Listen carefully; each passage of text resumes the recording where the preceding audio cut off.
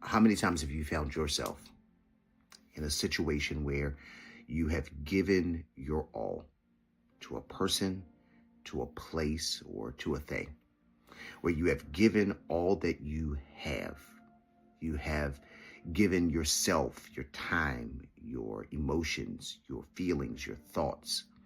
You have given, maybe in some instances, your resources. You have given your intellect. You have given your work ethic. You have given your everything into a person, place, or a thing.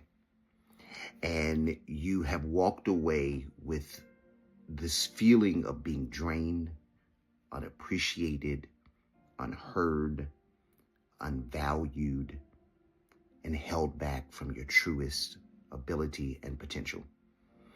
And there were lingering thoughts in the back of your head of how much more you were worth and how much more you desired. But for whatever reasons, you found yourself giving into something that did not have the ability and did not have the mind to give back into you. I cannot tell you the countless number of times that I have been on a job and I have given everything that I had to that particular job with a hope of promotion, a hope of being able to maneuver around from position to position, only to give my all when there was no intention ever to give me the desire of my heart. I cannot tell you how many times I have been in a relationship, whether it's with a friend or a significant other or even a family member, where I have given my time, I have given my love, I have given my understanding, I have given in some instances my resources, my money, my forgiveness, my understanding, my attentiveness, my nurturing nature. And in the times when I needed it, it did not return back to me. I have been in relationships with people that I have become contortionist in order to change myself to be whatever they felt they needed me to be. When I found myself in this reoccurring cycle of constantly giving over and over again. And the truth is, there were some times in my life where I'm sure that many of you all can contend with the same exact thing, where you find yourself in cycles doing the same type of thing with different bodies, the same exact spirit, because there is a cycle. There is some form of cycle that is attacking after your purpose and your value. You see, you've got to remember that God puts inside and places inside of each one of us tools and talents and gifts and resources in which we are supposed to utilize to help us to become the best version of ourselves as physically possible, as spiritually possible, so that we can accomplish whatever we've been placed here to do. And within the realms of your gifting, within the realms of your talent, there are great wealth, great seeds of wealth that have been planted inside of you. And many times, most people allow cycles to stop them from actually focusing on those gifts, those tools, those talents. And you become drained by the same scenarios that keep working. And the truth is, if you ask yourself the question today, why does this keep working? Why does this keep happening? And the truth is, it's because you allow it to happen over and over again. Now, I know that that is a very hard statement to hear. And I know that you'd probably rather me just tell you that it's time for you to come out, which it is. But in order for you to come out of that, you must admit the truth that you are the one that enables it and empowers it to happen over and over again because of what you choose to allow yourself to give attention to. I was in a conversation with someone just last week, and in that conversation, we were talking about something that we were working on to make it better. And this person made this statement that kind of triggered me. And it wasn't about me per se, but it was about people that I am very protective of. It's about a demographic that I am very protective of.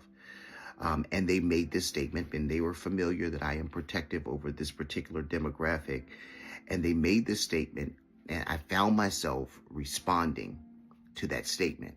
And they sat back and they had a smile on their face. And in that moment, I said to myself, that is exactly how the enemy works. Because for a couple of moments after that phone call, that is all I could think about. My mind shifted from the positive place I was into the negative place of what I should have said and what I could have said and how I could have said it and why would this person say this and why would this person bring this up? And then I realized that that was a trigger that the enemy uses. And as long as I allow it to work and as long as I give attention to it, and as long as it takes my mind away from me focusing on the things that are blessing me all around me, as long as that works, it's going to keep happening. What am I saying to you? That as long as that relationship keeps your mind from thinking about how blessed you are, you're going to keep staying in that type of relationship, maybe not with that person, but the same type of relationship over and over again, until you have made the decision that this is no longer going to work and I'm no longer going to allow anything to rob me of my energy and of my peace.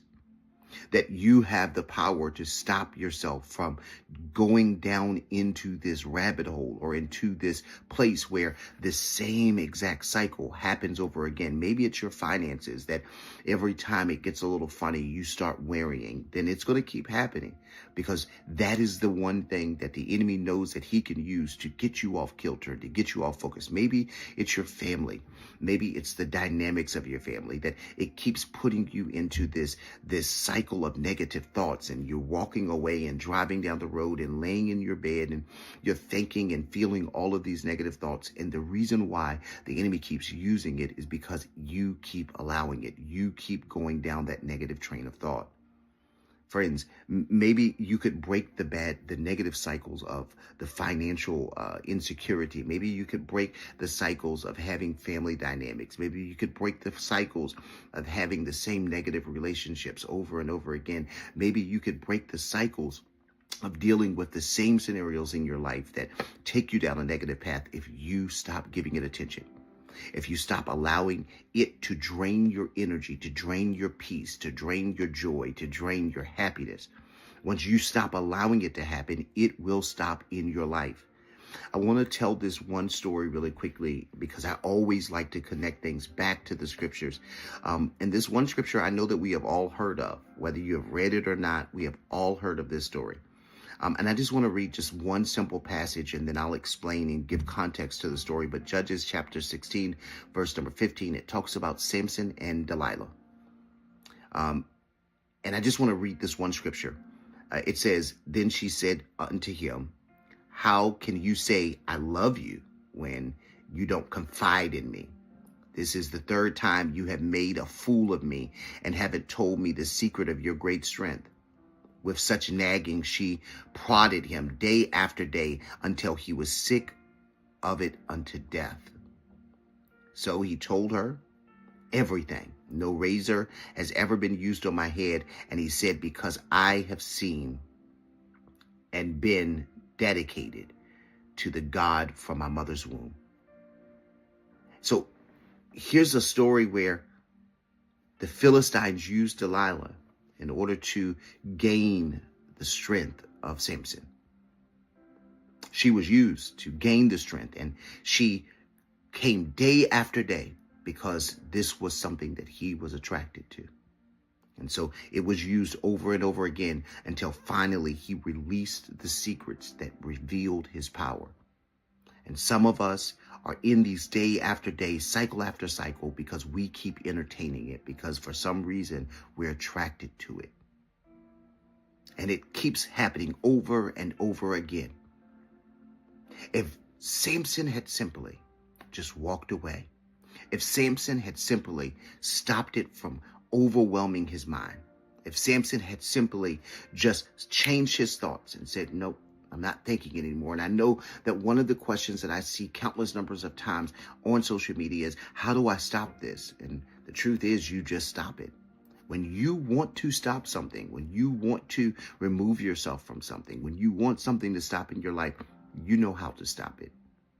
One of the excuses that we make is, I don't know how.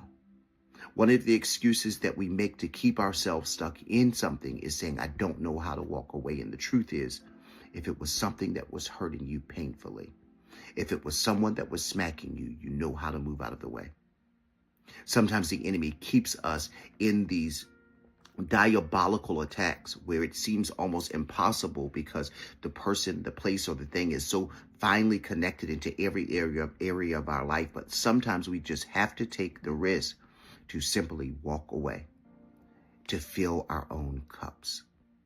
If something is draining your cup, you cannot allow yourself to remain in the space where you are being drained over and over again. By any means necessary, your cup must be filled. God has placed so many gifts and talents. There are so many things that you are meant to do that are laying dormant inside of you right this very second, waiting for you. The relationships that you have been praying for are probably right on the other side of you walking away from what is disvaluing you. The job that you are praying for is probably right on the other side of you. Stop allowing this place to drain you and rob you of all of your energy by giving it so much of your mind space and thoughts. That family member, those family members that are constantly doing whatever they're doing to drain you and to pull away from you, it could probably shift if you simply stop allowing it to recycle in your heart, in your feelings, and in your mind. We've got to begin to focus on the things that build us, the things that God has planted around us, that pour back into us, that don't make us question ourselves. We have to start to pour ourselves and get connected to people, places, and things that will fill us just as we are filling them. And this is the place where you will find that there is peace, there is joy, there is victory, and that your gifts, your tools, your love, your relationships, your wealth, your health is on the other side of you filling your cup and walking away from anything that's draining and not pouring back in. I am hoping that today's message has really blessed you. I'm hoping that you have heard what you needed as you navigate through the challenges of this week. I'm hoping that you are setting some type of plan in motion of an exit strategy for you to move towards the things that are working in your favor, because this is going to be the greatest season of your year, of your life. And how do I know this? Because you're going to one by one begin to step away from anything that's holding you back. I'm praying that this week is going to be one of the most magnificent weeks of your life as you redirect your thoughts, your energy, and your focus back towards what's working for you. Thank you so much for watching today. Thank you, every single one of you that share, that comment. I read every single comment. I try my best to. So thank you for every single comment. Please do me a favor. Maybe consider sharing this somewhere on one of your platforms and maybe get one of your friends to subscribe with you. Thank you for joining me again on this Sunday. I'm praying for our week. Thank you for every person that gives, and you don't know how much every gift that you give means to me. Every time I see it, I just light up like a Christmas tree, and I pray for you and I thank you because it really does help me to do what I am sent to do. So thank you again. God bless you. Have an amazing week. I love you. Fill your own cup